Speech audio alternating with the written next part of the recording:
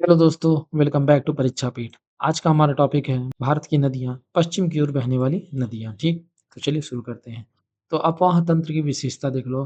तो भ्रंश घाटी नदियाँ जैसे नर्मदा और तापी, विंध्य और सतपुड़ा के बीच रिफ्ट वैली से बहती हैं। मुहावना क्या है? तो ये नदियाँ डेल्टा नहीं बनाती बल्कि एस्चुरी यानी ज्वार नदमुख बनाती हैं, क्योंकि ये कठोर चट्टानों से होकर बहती हैं। लघु प्रवाह पश्चिमी घाट के करीब होने के कारण इनकी लंबाई पूर्व बहनी नदियों से कम होती है। परीक्षा हेतु विशेष क्या है? तो भारत की अधिकांश नदियां पूर्व की ओर बहती हैं, लेकिन प्रायद्वीपीय भारत की 7-8 मुख्य नदियां अरब सागर में मिलती हैं। ठीक, तो नर्मदा नदी, ठीक है।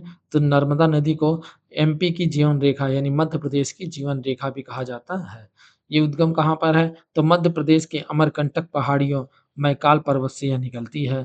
इसकी लंबाई 1312 किलोमीटर है। पश्चिम में बहने वाली ये सबसे लंबी नदी है। यह उत्तर में विंध्याचल और दक्षिण में सतपुड़ा श्रेणियों के बीच बहती है। सहायक नदी क्या-क्या है इसकी? तो इसका तवा सबसे लंबी सहायक नदी है।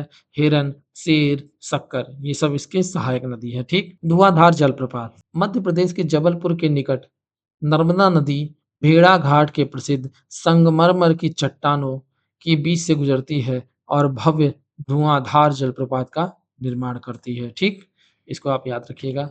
अगला क्वेश्चन है कि तापी नदी का उद्गम कहाँ पर है? तो यह मध्य प्रदेश के बैतूल जिले के मुल्ताई से निकलती है। इसे नर्मदा की जुड़वा कहा जाता है। इसकी लंबाई 724 किलोमीटर है। प्रमुख बांध उकाई बांध और काकरापार परियोजना गुजरात। ठीक, अगला क्वेश्चन माही नदी। तो माही नदी क्या है? तो कर्क रेखा को 2 बार काटने वाली नदी है। माही नदी की विशेषता क्या है?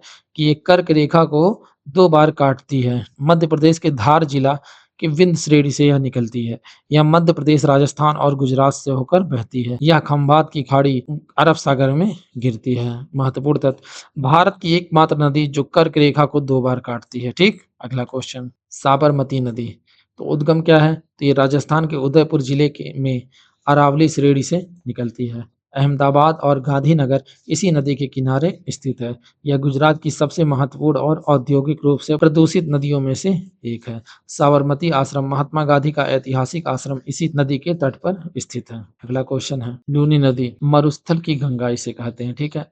अंत प्रवाह उद्गम यह अजमेर राजस्थान की नाग पहाड़ी से निकलती है। यह नदी समुद्र तक नहीं पहुंचती बल्कि गुजरात के कच्छ के रण में विलुप्त हो जाती है। महत्वपूर्ण तथ्य क्या है? बालोतरा राजस्थान तक इसका पानी मीठा होता है, उसके बाद यह खारा हो जाता है। इसे लौड़ाद्री के नाम से जाना जाता है। ठीक, अगला क्वेश्चन अन्य महत्वपूर्ण छोटी नदियां देखो जलप्रपात है। ठीक, शरावती नदी।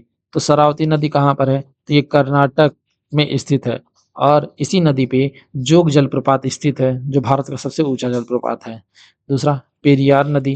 तो पेरियार नदी कहाँ पर है? तो ये केरल में स्थित है। केरल की सबसे लंबी नदी है। इदुक्की में स्थित है। इदुक्की बाद इसी पर स्थित है। इसे केरल की जीवन रेखा भी कहते हैं। हाँ। मांडवी और जुआरी। तो गोवा की 2 प्रमुख नदियां हैं। मांडवी के तट पर पणजी स्थित है। ठीक, अगला क्वेश्चन नदियों की लंबाई का तुलनात्मक अध्ययन देख लो। नर्मदा नदी 1312 किलोमीटर की है लंबाई। Tapi 724 kilometre, Mahi 583 kilometre, Luni 495 kilometre, Sabarmati 371 kilometre. ठीक है। नर्मदा पश्चिम की ओर बहने वाली भारत की सबसे लंबी नदी है। प्रमुख बांध और परियोजना देख लो, जैसे सरदार सरोवर बांध। तो ये नर्मदा नदी पे है, गुजरात में स्थित है।